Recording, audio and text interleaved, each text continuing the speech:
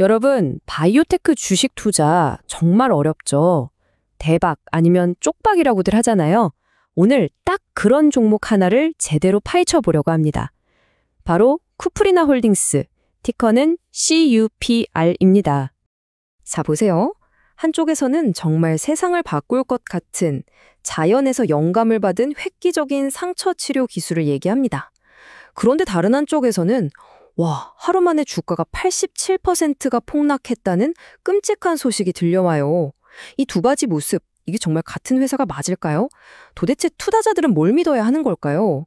오늘 영상에서는 바로 이 질문, CUPR의 진짜 얼굴이 무엇인지 그 실체를 낱낱이 파헤쳐 보겠습니다. 좋습니다. 그럼 먼저 이 회사의 긍정적인 측면, 그러니까 투자자들을 와, 이 회사 대박 나겠다라고 생각하게 만드는 그 약속에 대해서부터 한번 자세히 들여다보죠. 도대체 어떤 기술을 가지고 있길래 이렇게 기대를 모으는 걸까요? 이 회사의 핵심 기술은 만성상처 치료 분야에 있는데요. 방식이 정말 기가 막힙니다. 좀 징그러울 수도 있는데 들어보세요. 메디플라이라는 제품은 무균 상태로 키운 구더기를 상처에 붙이는 거예요.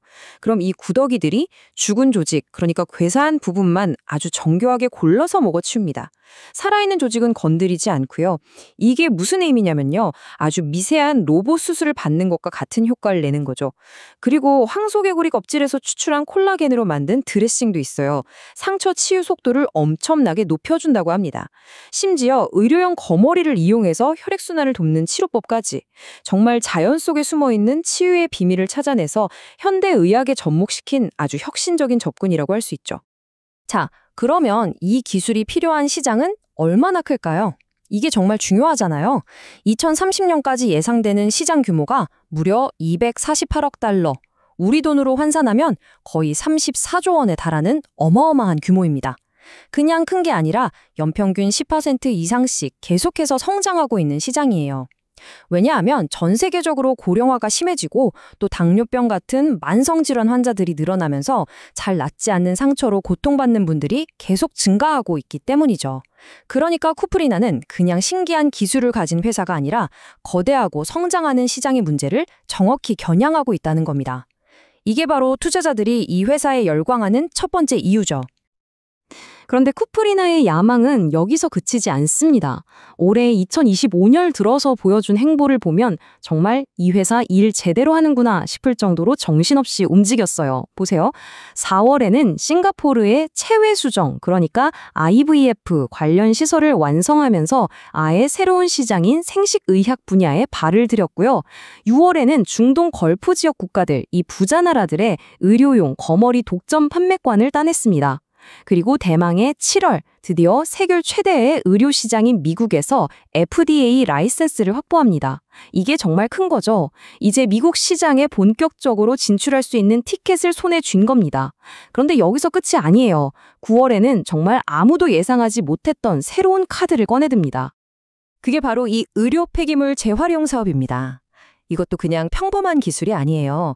UN 산하 기구인 산업개발기구 UNIDO가 직접 지원하는 기술의 라이센스를 확보한 겁니다. 기존의 소각 방식이 유독물질을 많이 배출하는 문제가 있었는데 이 기술은 그걸 90%나 줄일 수 있다고 해요. 훨씬 친환경적이죠. 그런데 이 시장이 얼마나 크냐면요. 2030년에는 무려 600억 달러, 우리 돈으로 80조 원이 넘을 것으로 예상됩니다. 그러니까 쿠프리나는 기존의 바이오 사업에 더해서 ESG 경영 트렌드에도 딱 맞는 미래 성장 동력까지 확보한 셈이 되는 거죠. 여기까지 보면 정말 완벽해 보이지 않나요? 자, 하지만 말이죠. 모든 이야기가 이렇게 장밋빛이기만 하면 얼마나 좋겠습니까?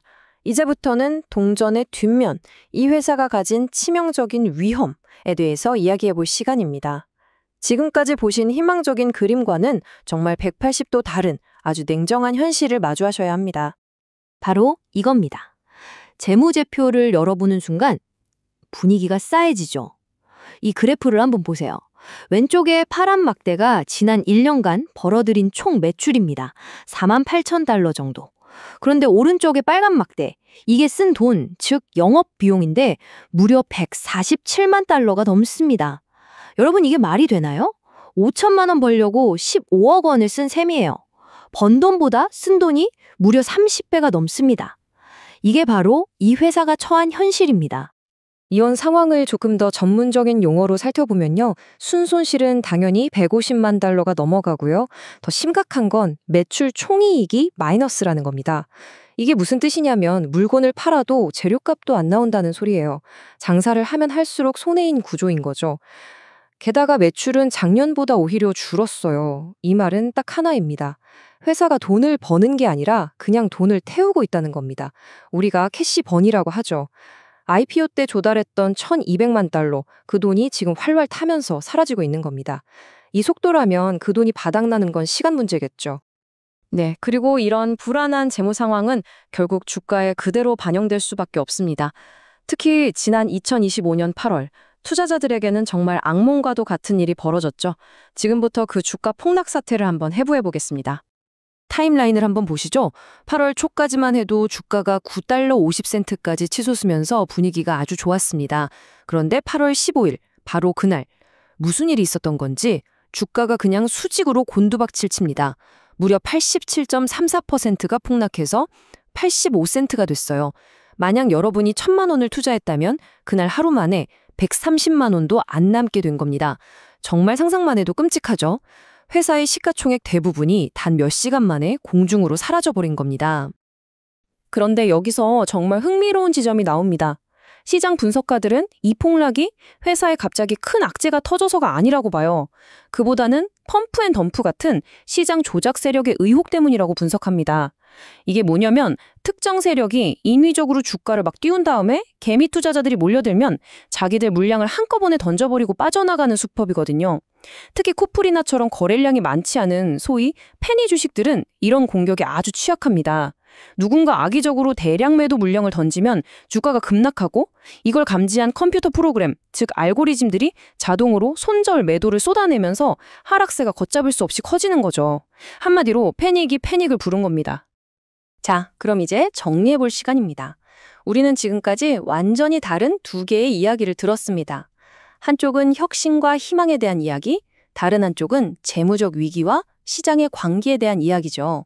그럼 투자자인 우리는 도대체 이 상반된 신호들 속에서 어떤 판단을 내려야 할까요? 정말 어려운 문제입니다. 이 복잡한 상황을 한 장으로 정리한 게 바로 이 스왓 분석표입니다. 강점 스트렝스를 보면 유엔이나 FDA가 인정한 혁신적인 기술이 있죠. 또 고성장하는 아시아 시장에 있다는 것도 분명한 강점입니다.